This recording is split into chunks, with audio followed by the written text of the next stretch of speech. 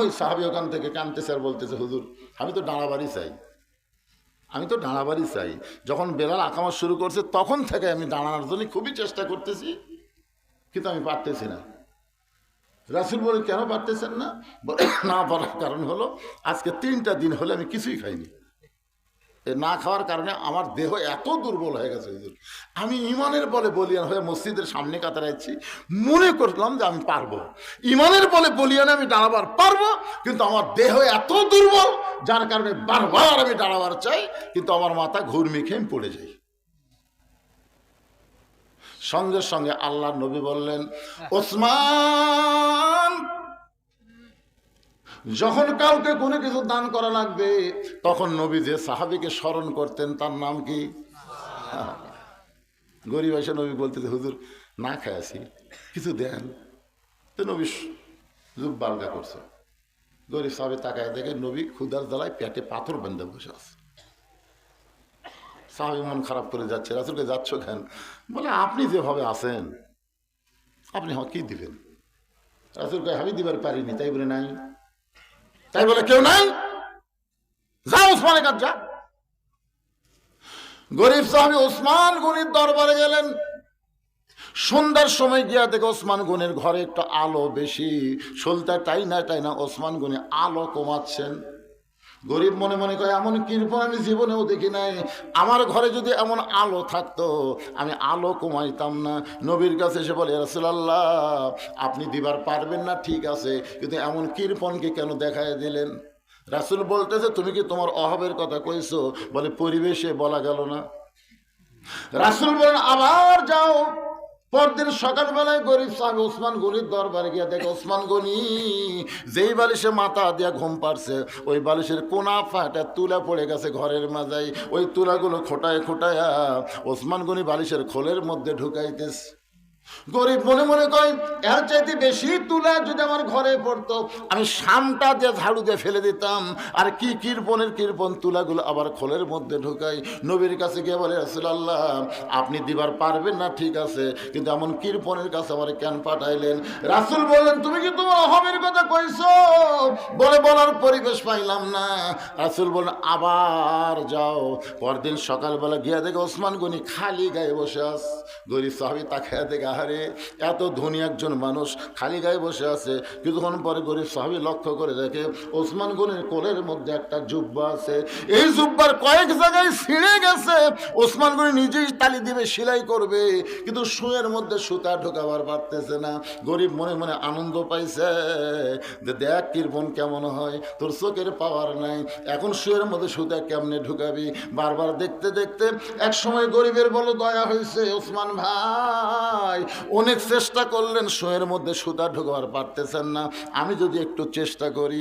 ওসমান গনি খুশি হয়ে সালাম দিয়ে বলে, ভাইজান আপনি কখন আইছেন ভাই, আসেন একটু উপকার করে দেন। যেই মাত্র শোয়ের মধ্যে সুতা ঢুকাইছে ওসমান গনি খপ করে হাতটা ধরে বলতেছে, ভাইজান আমার এত বড় উপকার করলেন, আমার সিনা পাঞ্জাবি সেলাই করার জন্য শোয়ের মধ্যে সুতা ঢুকাই দিলেন, এর বিনিময়ে আপনি কি নিবেন?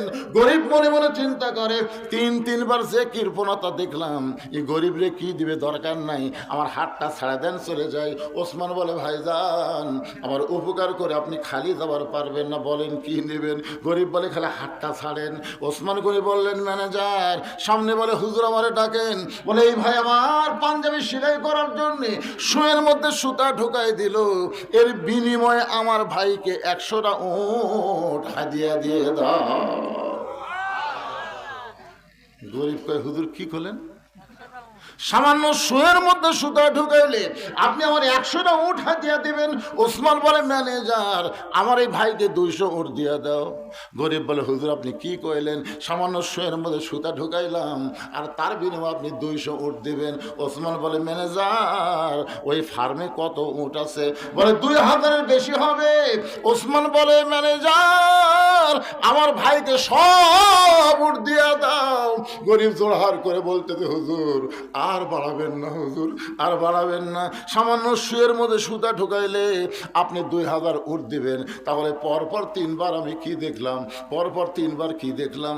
ওসমান গনি বলে তুমি কি দেখছো? বলে প্রথম দেখলাম আলো বেশি হয়েছে, আলোর শোলটাটাই না আপনি আলো কমাইলেন, তারপরে বালিশের খোলফাইটা তুলে বেড়ে গেছে, ওই তুলা আবার খোটায় খোটায় বালিশের খোলের মধ্যে ঢুকাইলেন। তারপরে দেখলাম সেরা পাঞ্জাবি সেলাই করবেন, শুয়ের মধ্যে সুতা ঢোকাবার পারতেছেন না। ওসমান গনি বলে ভাই পরপর 3বার তুমি যেটা দেখছো তার নাম হলো দুনিয়া, তার নাম হলো দুনিয়া, আর তোমার যেইটা দিলাম ওইটার নাম হলো আখিরাত। এই দুনিয়াতে ওসমানের আলোর কোনো দরকার নাই, এই দুনিয়াতে ওসমানের আরামের বালিশের কোনো দরকার নাই, এই দুনিয়াতে ওসমানের ভালো পাঞ্জাবির কোনো দরকার নাই। ওসমান হলো আখিরাতের কাঙ্গাল।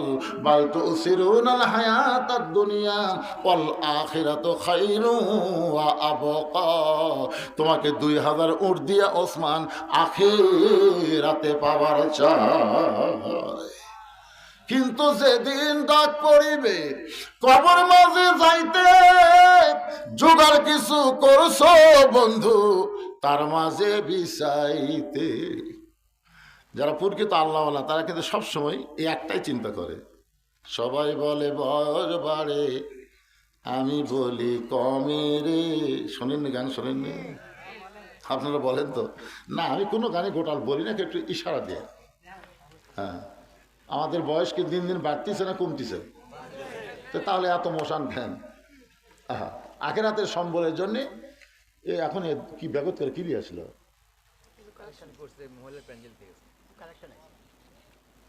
মহিলারা মসজিদের নামাজ পড়ার পারতেছে না, খালি বারবার টেকা দিচ্ছে। আপনাকে এলাকার মহিলারা মসজিদ আসে অনেক জায়গা। আমার এই ঈদের মাঠে কতগুলো মুসল্লি বলতেছে হুজুর ঈদের নামাজ একটু মহিলারা পড়বার চায় আপনার পাশে। মহিলাদের জন্য আলাদা আমার একটা জায়গা করতেছে, এবারে এই ভাক্কা করিস না। এই ভাক্কা করছিল ওমর ফারুকের বউ। ওমর ফারুক দেখলেন বিশাল ইসলামের বিস্তৃতি হয়ে গেছে। আল্লাহ রাসূল যখন ছিল তখন কিন্তু মহিলারাও নামাজ পড়তো পুরুষের এক সাইডে। আবু বকর রাদিয়াল্লাহু ছিল তখনও ছিল, কিন্তু ওমর ফারুকের সময় তো অর্ধ পৃথিবী হয়ে গেছে। ওমর ফারুক বললেন মহিলারা বাড়িতে নামাজ পড়বে, আজান দেওয়ার পরেই বাড়িতে তোমরা নামাজ পড়ো, মসজিদের সমান সওয়াব আল্লাহ দিয়ে দিবে। সুবহানাল্লাহ। কিন্তু সবাই মানলে ওমর ফারুকের বউ মানতেছে না। বউ বলতেছে না, নবীর সময় আমরা নামাজ পড়ছি মসজিদে, হয়তো আবু বকর রাদিয়াল্লাহুর সময় মসজিদে নামাজ পড়ছি, আর আপনি এসে কি হুকুম দিলেন? ওমর ফারুক বলে বিবি আবু বকরকে রাসূল বলেনি, আমাকে বলছে। বলে কি? বলে আমার পরে কেউ যদি নবী হতো লাউ কানা উমর, আল্লাহ উমরকে নবী বানাই দিত। জোরে কোন কথা ঠিক কিনা? আবু বকরের কথা কইছে ভাই দাও সব শোনে না, স্বামীর কথা বউ শোনে। ওমর ফারুক দেখতেছে এক তো হেকমতে মার দেওয়া লাগবে। ওমর ফারুকের বউ যখন ঈশান নামাজের সময় একেবারে বোরকা টোরকা পদ্মা ফুসিতে করে যখন মসজিদের দিকে যাচ্ছে, ওমর ফারুক একটা গাছের ধারে লুকে ছিল, বুঝলেন? যে বউ আছে দৌড়ে দেখ চাপা দিয়ে আবার দৌড়, মানে দৌড়ে দিন চাপা দিয়ে আবার দৌড় হাঁটছে। ওমর ফারুকের বউ বাড়ি ফেরত যাচ্ছে, নামাজ পড়েছে। ওমর ফারুক বলেন কি খবর, মসজিদে যাওনি? না যাই ভালো। বলে কি হয়েছে? না কিছু হয়নি, না যাই ভালো। এই জন্য আমি মায়েদের বলবো আজান দেওয়ার সঙ্গে সঙ্গে আপনারা মসজিদের তালে বাড়িতে নামাজ পড়বেন, মসজিদের সমান সওয়াব আল্লাহ দিয়ে দিবে। জোরে কোন কথা ঠিক কিনা? তো মেয়েরা বারবার দিচ্ছে। আপনার জামার সামনে ওসমান গনি এরকম একটা ওয়াজ শুনলেন, আপনার মধ্যে কেউ কি নাই যে মসজিদের জন্য 1000 ইটা দিবেন? যে হুজুর মসজিদ যখন ভাঙ্গা তৈরি হবে আমি 1000 ইট এই মসজিদে আল্লাহর ঘরে দিয়ে দিলাম, 1000 ইট এই মসজিদে আমি দিয়ে দিলাম। এরকম একজন আল্লাহর বান্দা বলেন, বলেন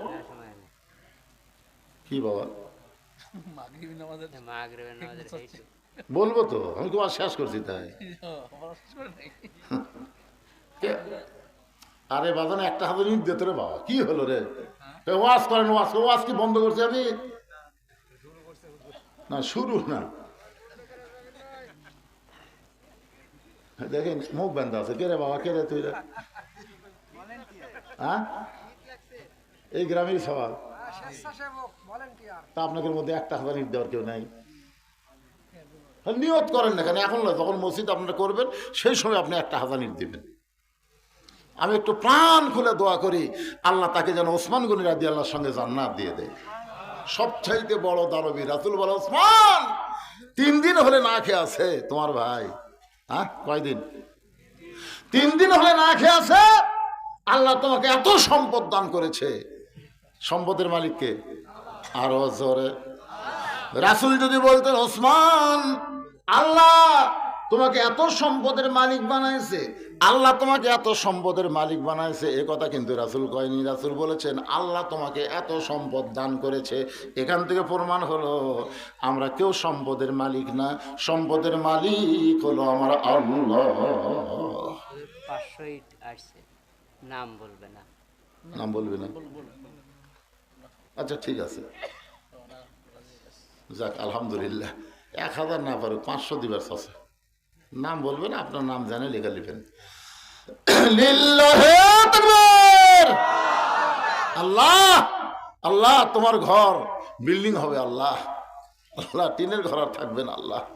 তোমার একজন দানবীর 500টা ইট দান করে তোমার ঘর বিল্ডিং করার একটা নিয়ত করেছে আল্লাহ। আমরা এতগুলো মানুষ দোয়া করে আল্লাহ তাকে তুমি ওসমান গনি রাদিয়াল্লাহর সঙ্গে জান্নাত দিয়ে দিও। জোরে করে আমিন। বাপ মা যদি কবরে যায় এই দানের ওসিলায় আল্লাহ বাপ মার কবরকে যেন জান্নাতের টুকরা বানায়। সকলে বলে আমিন। আর কেউ আসে 500 দিয়ে 1000 করেন। মসজিদ কমিটির সভাপতিকে হুজুর আমি 500 দেব। এত করছেন যখন। যাক আলহামদুলিল্লাহ। আপনি তো হবে সাহেব আসে বসে আছে। সভাপতি। মাশাআল্লাহ, 1000 ইট চাইছিলাম। হ্যাঁ, বেশি লিলি সাদা, বেশি লিলি সাদা। টাকা দেব না? দোকানে দোকানে কয় না দেব না ভয়। এটা হলো সাদা। আর দান আর সাদার মধ্যে তফাৎ আছে। সাদাত কোনো সব নাই, দানে সব আছে। কে অসুস্থ? আরে অসুস্থ মানুষ আমরা সবাই দোয়া করবো, সাদাকাতু তারুদ্দুল বালা। দান সাদকা করলে বালা মুসিবত আল্লাহ দূর করে দেয়। তোমার মসজিদে 500টা ঈদ দেওয়ার কারণে আজকের মাহফিলের সভাপতিকে ওসমান গনি রাদিয়াল্লাহর সঙ্গে জান্নাতি কবুল করো। জোরে করো আমিন। এ পিছনে ওটা বসা কেন? এটা কোন দেশের মানুষ রে? আল্লাহর ঘরের জন্য চা হচ্ছে। এই সময় যদি কেউ মাজা খাড়া করে এর যা বিপদ হবি ভাই। আপনার বলেন তো পৃথিবীর মধ্যে শ্রেষ্ঠ জায়গা কোনটা? আর সেই ঘরের জন্য টাকা চাচ্ছি আর আপনার মাজা খাড়া করে বাড়ি যাবেন? যান। আল্লাহ কয় বাড়ি যাওয়া লাগবে না, তোকে হাসপাতাল দিয়ে যাবো। ধরে কোন ঠিক কেন? আল্লাহ পারে কি পারে না? কত পারে কি পারে না?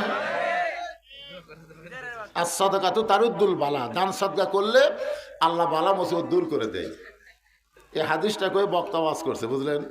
দান সাদকা করলে আল্লাহ বালা মুসিবত কি করে? কথা কয় না রে বাবা, কি করে? দূর করে দেয়। তো 2 বন্ধু একসাথে বসে আছে, 2 বন্ধু। এক বন্ধু এই ওয়াজ শুনে, হাদিসের ওয়াজ শুনে দৌড়ে এসে 500 টাকা দিছে। হুজুর তো যত দোয়া আছে সব দোয়া করছে, আল্লাহ যে দান করলো তাকে সুস্থ করো, তার পরিবেশ সব দোয়া করে একে বালা বছর দূর করে দিয়ে ওই টাকা দিয়ে ওটি বসছে। তখন ওই পকেট থেকে 1000 টাকা বের করে বলতেছে, দেখ আমার নাই। তোমার তো আমি কি তো লাল পাগলা? হুজুর হলো, তুই জীবনে কোনো হুজুর দান করে দেখছিস? এরা খালি দানের ওয়াজ করে আর টাকা আদায় করে পাগলা। টাকা আমারও আছে, আমি দিইনি। তখন বলতেছে, ভাই হাদিস আমার বিশ্বাস হয়েছে, হুজুরের কথা না তো রাসূলের কথা। যেরকম কথা কার? রাসূলের কথা। আমি রাসূলের কথা বিশ্বাস করে 500 টাকা দিছি ভাই। আমি বিপদত আছি রে, আমার টাকা আছে, আমি দিলাম না। ওয়াজ শেষ করে 2 বন্ধু চলে যাচ্ছে। যে বন্ধু 500 টাকা দান করছে তার বউ 2 বছর হলে প্যারালাইসিস রোগী। 2 বছর হলে প্যারালাইসিস রোগী, বিছনা শুয়ে থাকে, উঠতে পারে না। ওই লোকটার একটা মেয়ে আছে, নাম হলো রহিমা। জানলা দিয়ে রাখতেছে, রহিমা ওয়াজ শোনা আইসি মা, দরজা খুলে দাও। বউ বলতেছে, খালি মেয়ে ডাকো কেন, আমার দেখতে পারো না? স্বামী কই, কে রে? ই প্যারালাইসিস, উঠতে পারে না, বিছনা শুয়ে থাকে, ই আবার কথা বলে। তুমি না প্যারালাইসিস রোগী, কেমনে খুলে দিবে? তো দিচ্ছি খুলে। বউ দরজা খুলছে, স্বামী তো একবার, কে রে, কি খবর? বলে আসেন আসেন। আমি ঘুম পাড়তে পারতে স্বপ্নে হাঁটতেছি। বউ বলতেছে, ঘুমের মধ্যে আছি, স্বপ্নে আমি হাঁটতেছি। হঠাৎ ঘুম ভাঙে গেল, আমার চোখ দিয়ে পানি বেরোচ্ছে। আল্লাহ, আমি এইরকম তো হাঁটনেওয়ালাই মানুষ ছিলাম, তুমি আমাকে এমন অসুস্থ করলে। এই কথা বলে পায়ের দিকে তাকায়, দিকে পা একটু একটু গরম গরম ভাব। আমি আস্তে আস্তে খাট থেকে পা নামালাম, দিকে পায়ে বল পাই। আস্তে আস্তে হেঁটে কলের পাড়ে যায়, টিউবওয়েলের পাড়ে দিয়ে উজু করে তাহাজ্জুদের নামাজ পড়তেছি। ইতিমধ্যে আপনি এসে মেঘ ডাকতেছেন, রহিমা রহিমা কয়ে। স্বামী কয়ে লিল্লাহি তাকবীর। স্বামী একলা একলা তকবীর পড়তেছে। বউ কয় কি আছে? 500 টাকা দান করছি রে, হাদিস সত্য। আর যে বেটা 1000 টাকা দেখাছে, ওর বাড়ি উত্তর পাড়াতেই যাচ্ছে, যা বউ ডাকতেছে শেফালি। বউ খালি কান্দে, তোমার মা হোক ডাক দাও, তোমার মা হোক ডাক দাও। এই মা হোক ডাক দাও, তুমি খুলে দেবে না, যাও মায়ের কাছে যাও। তো বউ কান্দে, দরজা খুলে দেয়নি, মা হোক যা ডাকছে। মা দরজা খুলে বলে, এই শয়তান, এই তুই খালি অশোনের যাস, খালি খালি অশোনে কোনো লাভ আছে? 1 টাকা দান করিস, খালি ওয়াজ শুনিস, খালি ব্যাগের কোনো দাম নাই, খালি বস্তার কোনো দাম নাই, খালি ওয়াজ শোনা কোনো লাভ নেই। তুই জানিস তুই তো ওয়াজ শুনবার কিছু, তোর বউ পেশাব করবে যে ওই টাইফেলা গোসলখানাতে এমন পড়া পড়িছে, ও মারে বাবা রেখে চিল্লা উঠছে, তোর বাপ আর আমি দুইজন স্নান করে খাটো ছুঁয়ে দিয়ে যাচ্ছে। শয়তান যা। আশা দেখে ওর বইয়ের মাজা দেখা হয়ে গেছে। পরদিন ডাক্তার কাছে গিয়ে দেখে রগই ছিঁড়িছে, মাজার রগ ছিঁড়িছে। 1000 টাকা বাঁচাছে, কয় টাকা বাঁচাছে? এখন ঢাকা পঙ্গু হাসপাতাল, 1,50,000 টাকা গেছে ডাক্তার কাছে। 2 বছর বউ পানি ভরে দেবেন, বউ গোসল করবি, আর আপনি খালি বালতি ভরে দেবেন। লাভ হচ্ছে না লস হচ্ছে? আপনার অনেকে মনে করতেছেন বাঁচাচ্ছি, বাঁচবে না বাবা, বাঁচবে না, বাঁচবে না। বরং যে 500 ইট দিল, এইটাই তার জন্য জান্নাতে যাওয়ার একটা ওসিলা হয়ে গেল। ধরে কোন ঠিক? আল্লাহ কোরআনে বলেন, ওমা তুনফিকু মিন শাইইন ফি সাবিলিল্লাহি ইউওয়াফা ইলাইকুম ওয়া আনতুম লা তুজলামুন। আল্লাহ রাস্তায় যারা দেয়, আল্লাহ বলে আমি নেই না, আমি ডাকাত না, আমি চোর না, বরং তোমাকে দুনিয়াতে 10 গুণ বরকত দিয়া দেই। তুমি যদি 100 দাও, আমি আল্লাহ তোমাকে 1000 দেই। ইউওয়াফা ইলাইকুম, আমি আল্লাহ তোমাকে আবার ফিরিয়ে দেই। ওসমান, তোমার ভাইটা 3 দিন হলে না খেয়ে আছে, তোমার ভাইয়ের সামনে তুমি একটু খাবার দাও। ওসমান গনি বলতেছে, ইয়া রাসূলুল্লাহ, আমার এই ভাইটা 3 দিন হলে না খেয়েছে, যদি আগে জানতাম তাহলে আমি কোনোদিন নিজে না খাইয়া আমার ভাইয়ের বাড়িতে খাবার পৌঁছায়া দিতাম। সুবহানাল্লাহ না জান। আল্লাহ রাসূল বললেন, এই সাহাবী, নামাজ শেষ হলে, আসরের নামাজ শেষ হলে তুমি ওসমানের কাছে যাবা। ওসমান তোমাকে এমন দেওয়া দিবে, তোমার আর কোনোদিন না খেয়ে থাকা লাগবে না। কতটা ভালো না খারাপ? এই কথা শুনে ওই সাহাবী কান্না শুরু করে দিচ্ছে। রাসূল কয়, তো ভালো কথা বললাম যে নামাজ শেষ করে আজকে ওসমানের কাছে যাবা, এমন দেওয়া দিবে তোমার না খেয়ে থাকা লাগবে না। কান্দো কেন? বলে, ইয়া রাসূলুল্লাহ, আস্তাইনু বিস-সাবরি ওয়াস-সালাহ, ইন্নাল্লাহা মা'আস সাবিরিন, ইয়াকা না'বুদু ওয়া ইয়াকা নাস্তাইন। ওগো আল্লাহর নবী, এখন পর্যন্ত এই নামাজ ধরে কর সুবহানাল্লাহ, এই নামাজ আমাকে এমন শিক্ষা দিয়েছে যে যতক্ষণ পর্যন্ত আমার ঈমান বলবে যে আল্লাহ আমাকে খাওয়াবে, আল্লাহ আমাকে বাঁচাবে, ততক্ষণ পর্যন্ত আমি না খাইয়া মরে গেলেও আমি আল্লাহ ছাড়া ওসমানের কাছে যাব না। নবী বলতেছে ওসমানের কাছে যাও, আর ই বলতেছে আমি যাব না, কারণ যতক্ষণ পর্যন্ত আমার ঈমান আমাকে বলবে যে আল্লাহ দিবে। আপনাকে ঈমান কি বলে? ভারত দিবে না আল্লাহ দিবে? এই যে সুশীল সমাজ, এরা সুশীল সমাজ না, সুয়র সমাজ, আল্লাহ ভালো জানে। কয় যে এখন ভারত বন্ধ করে দিয়েছে হুজুর। আপনারা গন্ধ, ভারত পেঁয়াজ বন্ধ করে দিয়েছে, আলু বন্ধ করে দিয়েছে, ভারতের খবর কি? হ্যাঁ, সেদিন 2 জন আত্মহত্যা করছে, জানেন? 2 জন আত্মহত্যা করছে। রাস্তা তালু ফেলে দিয়ে সারা ফটকা ঝোঁকার একটা সাংবাদিক নেই যে দৌড়ে বাংলাদেশ থাকবে না, বাংলাদেশ থাকবে তো চাপা ছত্রের বাড়ি। আজকে দেখলাম ফেসবুকে এই শালা হাসপাতাল আছে, মায়ের ইজে ভাই সেই ফাটা বাংলাদেশ থাকবে না, বাংলাদেশ থাকবে, বাংলাদেশ তুই থাকবে।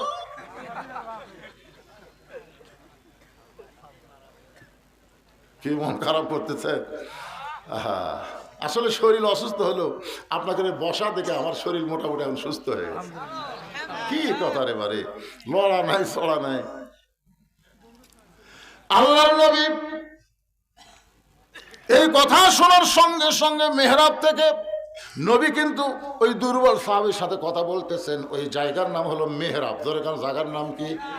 যেই বলতেছে ইয়া রাসূলুল্লাহ, এখন পর্যন্ত আমার ঈমান বলতেছে, এখন পর্যন্ত ঈমান বলতেছে আল্লাহ আমাকে দিবে, যতক্ষণ পর্যন্ত আমার ঈমান বলবে আল্লাহ দিবে ততক্ষণ পর্যন্ত দরকার হলে না খাইয়ে মরে যাব, কিন্তু আমার আল্লাহ ছাড়া ওসমানের কাছে আমি যাব না। সঙ্গে সঙ্গে নবী মেহরাব থেকে ওই দুর্বল সাহাবীর দিকে রওনা দিলেন। মেহরাব থেকে অনেক দূর তো মসজিদ নবী, বুঝতেছেন না? রাসূল যখন রওনা দিলেন ওমর ফারুক সাথে সাথে জুব্বা টানা ধরছে। জুব্বা, হুজুর কি আপনার জুতার পরশে আল্লাহর আরশ ধন্য হয়ে গেছে, আর আপনি দুর্বল সাহাবীর কাছে যাচ্ছেন, আপনি খালি হুকুম দেন। অখামিলি আসছে যেটি খালি কন না কেন, চ্যাং ধরা করলে উঠতে পারবি না, পাশার তলে হাত দিয়ে অগলি আসবে, খালি হুকুম দেন হুজুর। আপনাকে যাওয়া লাগবে কেন?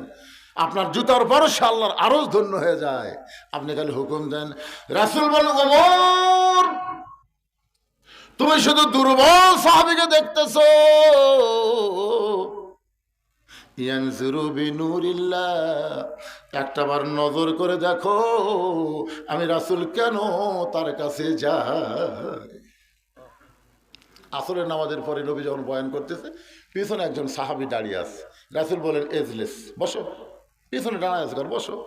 বলি, ইয়া রাসূলুল্লাহ, আমি একজন রাখাল, আমি যখন উঠদুম বা চড়াই হজরত বেলাল নামাজের আজান দিছে, আজান শোনার পরে আমি ওগুলো উঠদুম বা চড়ার বাদ দিয়ে আপনার পিছনে নামাজ পড়ার জন্য দৌড়, কিন্তু এত দূরে আমি ছিলাম গো, যার কারণে আস্তে আস্তে দেখি মসজিদ ভরে গেছে, বারান্দাও ভরে গেছে। আমি সবার শেষে আপনার পিছনে নামাজ আদায় করেছি। নামাজের পরে আপনি যখন কথা বলতেছেন আপনার কথা শোনা যায়, কিন্তু আপনার পবিত্র চেহারা দেখা যায় না। এই জন্য দাঁড়িয়ে দাঁড়িয়ে আমি রাখাল আপনার পবিত্র চেহারা দেখে একটু কলিজা শান্তি করতে চাই। সঙ্গে সঙ্গে নবী দাঁড়িয়ে গেলেন। এতক্ষণ ওই সাহাবী দাঁড়িয়েছিলেন, এবার নবী দাঁড়িয়ে বললেন, সাহাবীরা রে, মাঝখানে রাস্তা করে দাও, মাঝখানে রাস্তা করে দাও। সমস্ত সাহাবী নড়ে সরে যখন মাঝখানে রাস্তা হয়ে গেল, সবাই মনে করতেছে আল্লাহ নবী রাখালকে ডাকবে, আয় আয় আমার কাছে আয়। কিন্তু নবী রাখাল সাহাবীকে না ডেকে নিজে যখন রাখালের দিকে রওনা দেয়, ওমর ফারুক বলে, নবী গো, আপনি কেন রাখালের কাছে যাবেন? রাখালকে ডাকলে আপনার কাছে আসবে। রাসূল বলে, সাহাবীরা রে শোনো, কিয়ামত পর্যন্ত পৃথিবীর যেখানে আমার উম্মতেরা আমাকে মহব্বত করবে, আমার প্রতি দরুদ সালাম পেশ করবে, আমাকে স্বপ্নে দেখার দরুদের আমল করবে, আমি নবী মদিনা থেকে প্রত্যেকটা গরিব উম্মতের বাড়ি বাড়ি গিয়ে দেখা দিয়ে আসবো। এই জন্য আল্লাহ নবী বলেছেন, মান রাআনি হাক্কান ওয়াজাবাত লাহু শাফাআতি ইয়াউমাল কিয়ামা, মান রাআনি হাক্কান ওয়াজাবাত লাহু শাফাআতি ইয়াউমাল কিয়ামা। কেউ যদি আমাকে স্বপ্নে দেখে, ও স্বপ্নে দেখলো না, ও যেন আমাকে সত্যই দেখলো।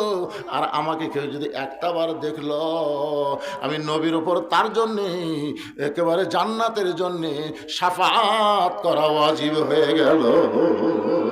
জোরে কোন সুবহানাল্লাহ। একজন আল্লাহর বান্দা নাম বলে নাই, 1000 ইট দিছে, তার বাবা মার জন্য দোয়া চায়, নিজের হেদায়েতের জন্য দোয়া চায়। আরে লিল্লাহ তাকবীর। একজন আল্লাহর বান্দা আমার কাছে নাম বলেনি, অবশ্যই নাম আছে, তিনি 1000 ইট দিয়েছে, তার বাপ মার জন্য দোয়া চাই, নিজের হেদায়েতের জন্য দোয়া চাই। আমরা প্রাণ খুলে তার জন্য একটু দোয়া করি, আল্লাহুম্মা আমিন।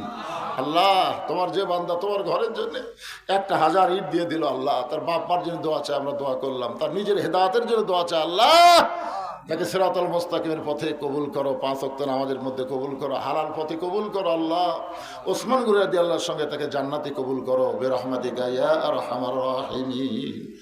আমি চাইছিলাম কোনো মাহফিলে পাইনি, এরকম হয়নি, তো দুই ভাই যখন দিল 500 করে, তো মনে করলাম যে ফাঁসি তো, আর এখন পাওয়ার পরে ডাঁটে ফাঁসি পারে।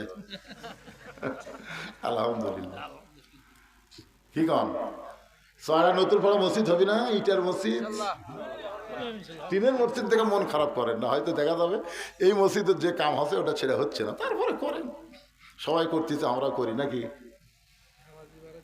হ্যাঁ, নামাজের হচ্ছে আসল, নামাজে বাড়বি ইনশাল্লাহ, ওয়াজ দে হবি না, ওয়াজ দিয়ে নামাজই পারবি না?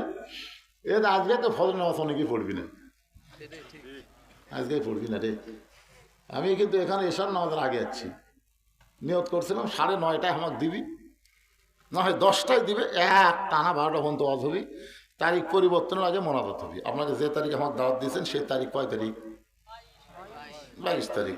এখন ঘড়ির দিকে তাকিয়ে দেখেন 23 তারিখ পড়ে গেছে। না না, এরকম বুড়া মানুষ যারা বক্তা তারকে আপনারা আগে ভাগে দিবেন। পুরানো চল ভাতে বাড়ে না, কথা কয় না কেন? বাড়ে না? হ্যাঁ হ্যাঁ, এবার যা 3বার হলো আপনাকে চড়াতে আসা। আমার এইবারই শরীরটা খুবই অসুস্থ, আমার জন্য একটু প্রাণ খুলে দোয়া করবেন। আল্লাহ রাসূল বলে, ওমর শুধু 2 চোখটা দেখলে হবে না, ইয়ানজুরু বিনুরিল্লাহ, আমি দুর্বল সাহাবীর দিকে কেন যাচ্ছি তুমি একটু নজর করো। এই 2 চোখটা দেখলে হবে না, একটু নজর করো। নজরের কথা আছে, ইত্তাকু ফিরাসাতাল মুমিনিনা ফাইন্নাহু ইয়ানজুরু বিনুরিল্লাহ। আমরা নজর করে দেখতেছি আগামীতে বাংলাদেশ একটা ভালো পজিশনে আসতেছে। আমাকে এলাকা বুঝলেন, আওয়ামী লীগের পতন হওয়ার সাথে সাথে বিএনপিরা ডাকাত হয়ে গেছে। ভাই একে সব কালিয়া ছেড়ে পুড়িয়ে জনগণ বলতেছে নৌকা আর ধানের শীষ 2 সাপের একই বিষ। অনেকে বলতেছে নাঙ্গল দিয়ে আমরা চাষ করলাম ধান, সেই ধান চাষ করে নৌকাত করে আমরা নিয়ে যাচ্ছি, ওই পারে যায় ওজন করা লাগবে। এখন আমাকে দাঁড়িয়ে পাল্লার দরকার, মানে এরকম কিছু কথা মানুষের মুখে মুখে। আর সব কিছুতে দেখতেছে যে এত কিছু হলো, এত নির্যাতন করেছে যে দলটাকে, তারপরেও তারা প্রতিশোধ পরায়ণ হয়নি। যখন কথা দেখতে মানুষ কিন্তু এগুলো দেখতেছে, মাশাআল্লাহ। আর একটা আমির আছে বুঝলেন এইবারে জামাতে ইসলামের আমির ভাই, এই যে কথাগুলো খুঁটির থেকে পায়, প্রত্যেকটা কথাই মনে হয় মানুষের কলজের মধ্যে ঢুকতেছে। জোরে কথা দেখতে, এই জন্য সব দেখা হলো শেষ। আগামীতে আমরা ইয়ানজুরু বিনুরিল্লাহ একটু তাকায় দেখতে পাচ্ছি, মনে হবে আল্লাহর কোরআনের বাংলাদেশ। সঙ্গে সঙ্গে হযরত ওমর চোখ বন্ধ করে ইয়ানজুরু বিনুরিল্লাহ ওই দুর্বল সাহাবীর দিকে নজর করে হযরত ওমর কাঁপতে কাঁপতে কাঁপতে কাঁপতে মসজিদ নববীর মধ্যে পড়ে যায়। সাহাবারা বললেন, ইয়া রাসূলুল্লাহ, ওমর যে পড়ে গেল। রাসূল বললেন, তোমরা ধৈর্য ধরো, ইন্নাল্লাহা মা'আস সাবিরিন, ধৈর্যশীলদের সঙ্গে আল্লাহ আছে, একটু ধৈর্য ধরো। কিছুক্ষণ পরে হযরত ওমর যখন নিজে হুঁশ ফিরে পেলেন, রাসূল বলে, ওমর আমি যে দুর্বল সাহাবীর দিকে রওনা দিছিলাম, তুমি আমাকে আটকে দিয়ে তুমি কি দেখলে বাবা? এতগুলো সাহাবীর সামনে একটু প্রকাশ করে দাও। ওমর ফারুক ছোট বাচ্চার মতন কান্দার, বল নবী গো, ঈমানের পাওয়ার এত বেশি, যদি আসমানের সূর্যটা দুনিয়া থেকে তুলে নিয়ে ওই দুর্বল সাহাবীর ঈমানকে যদি লটকানো হয়, সূর্যের চাইতেও বেশি আলো হবে। ঈমানের দাবি যদি কুরবানি হয়, সেই দাবি ঘরে বসে থাকা নয়। ঈমানের দাবি হলো কিছু বিনিময়, সেই বিনিময় যদি কলিজার ঘাম হয়, সেই ঘাম দিতে জানো তৈরি থাকি। ওগো দয়াময় আমার আল্লাহ দয়াময়। ঈমানের দাবি হলো অগ্নি শিখা, বাতিলের বিরুদ্ধে জ্বলতে শিখা, সে আগুনে জ্বলে জ্বলে, সে আগুনে জ্বলে জ্বলে দিব ঈমানের পরিচয়। ঈমানের দাবি ঘরে বসে থাকা নয়। বসে থাকবেন? ঘরে বসে থাকলে হবে না, বাতিলের বিরুদ্ধে আমাদের লড়াই করতে দরকার হলে প্রয়োজনে আমাদের রাস্তায় আসতে হবে। যেরকম ঠিক কি না? প্রতিদিন মা বলেছে, বাইরে যাস না বাবা, বাইরে যাস না, বাইরে জঙ্গল আছে, জঙ্গলে বাঘ আছে। এমন বাঘের ভয় দেখে দেখে ছেলেকে আর বাইরে যাওয়ার দেয়নি, ছেলে বাড়িতে থাকে। কিন্তু ভাই যে ওই জঙ্গল বাড়তে বাড়তে, জঙ্গল বাইরে না গেলে জঙ্গল ওই বাঘের ভয়ে যায়নি, জঙ্গল বাড়তে বাড়তে একেবারে বাড়ির জানলা পর্যন্ত জঙ্গল আছে। আচ্ছা জঙ্গল যদি না সাফ করে জঙ্গল আসবে না?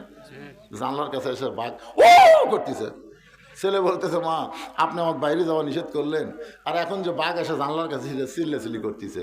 মা তখন আফসোস করে বলতেছে বাবা তোকে বলা লাগতো বাইরে যা, বাইরে যা, তবে খালি হাতে যাস না বাবা, দাও কুড়াল লিয়ে যা। এখন আমাদের ছেলেদেরকে বলতে হবে এগুলো মোবাইল বাদ দিত। এই যে তবলিগেরা কি শুরু করছে, লাঠি লিয়া ধরে, ঠিক কিনা? এতদিন খালি মেসওয়াক করে শূন্য, একদিন পর লাঠি বুঝলো কে? আমি তখন গেটের কাছে আমাকে নামে দিয়েছে, বুঝলেন? নামা দেওয়া মাত্রই 4-5টা কুত্তা আমাকে ধরছে, গাড়ি তলিয়ে গেছে গ্যারেজত, আর আমার কুত্তা ধরছে। আমি কিন্তু আয়াতুল কুরসি পড়তেছি, কুত্তা খাম করতেছে, জুব্বা মনে কামড়ে ছিঁড়বি।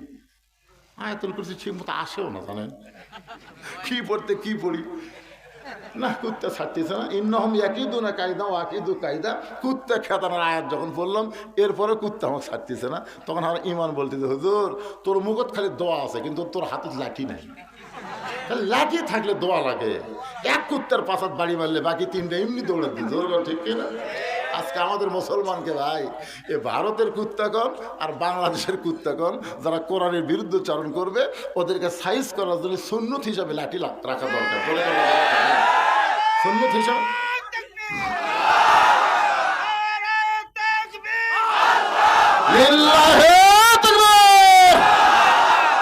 কুল জাল হক ওয়া যাহাকাল বাতিল ইন্নাল বাতিলা কানা যাহুকা।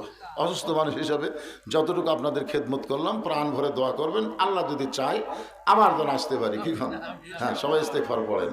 আস্তাগফিরুল্লাহ রব্বি মিন কুল্লি জামবি ওয়া তুবু ইলাইহি লা হাওলা ওয়ালা কুওয়াতা ইল্লা বিল্লাহিল আলিয়্যিল আযীম। আল্লাহুম্মা আমিন।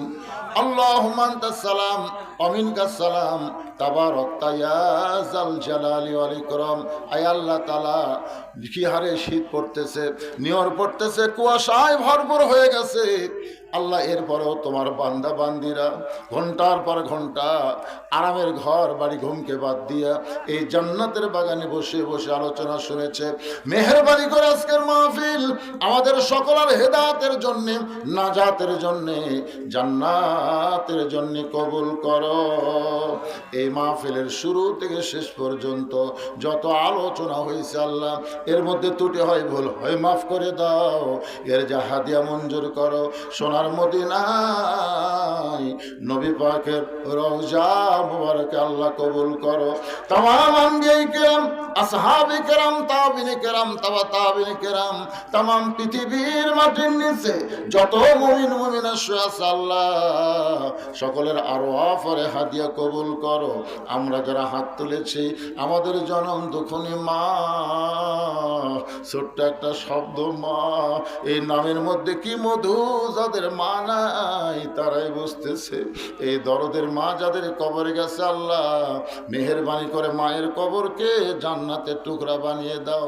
বাবার বাড়ি ঘর সবই আছে আল্লাহ, আমাদের বাবা যাদের কবরের ঘরে চলে গেছে, মেহেরবানি করে বাবার কবর জান্নাতের টুকরা বানিয়ে দাও আল্লাহ। আমাদের দাদা দাদি নানা আত্মীয় স্বজন শ্বশুর শাশুড়ি যাদের কবরে গেছে আল্লাহ, কবরবাসীদের মাফ করে দাও। এই চয়রা নতুন পাড়াকে আল্লাহ তুমি কবুল করো আল্লাহ, তোমার মসজিদকে কবুল করো। মসজিদের জন্য যারা নগদে বাকিতে দান করেছে এই দানগুলো জান্নাতের বিনিময় হিসেবে আল্লাহ তুমি কবুল করে নাও। ও মাওলা মেহেরবানি করো, দয়া করো। আমার মা বোনেরা পর্দার অন্তরালে বসে বসে দান করেছে আর শুনেছে, আবিদা সালিহা পদ্মানিশি কবুল করে। মা ফাতেমার চরিত্র দাও। আজকের মাহফিলের সম্মানিত সভাপতিকে আল্লাহ তুমি কবুল করো, সহসভাপতিকে কবুল করো আল্লাহ, এই মসজিদকে কবুল করো, মসজিদ কমিটিকে কবুল করো, মসজিদ কমিটির সভাপতি, সহসভাপতি, সেক্রেটারি, কেশিয়ার সদস্য, ইমাম, মুয়াজ্জিন, মুসল্লি আল্লাহ, খতিবকে আল্লাহ তুমি কবুল করো আল্লাহ। যেই কোরআন শুনতে এত সুন্দর লাগে সেই কোরআন বাংলাদেশে চলবে, এই দৃশ্য একটা বারের জন্য হলো আমাদেরকে দেখার তৌফিক দিও। সেদিন ষোড়শী নির্জন পথে যাবে, কোন জন কটু কথা কবে না। পথে আর প্রান্তরে সম্পদের মোহে পড়ে খুন আর রাহাজানি হবে না।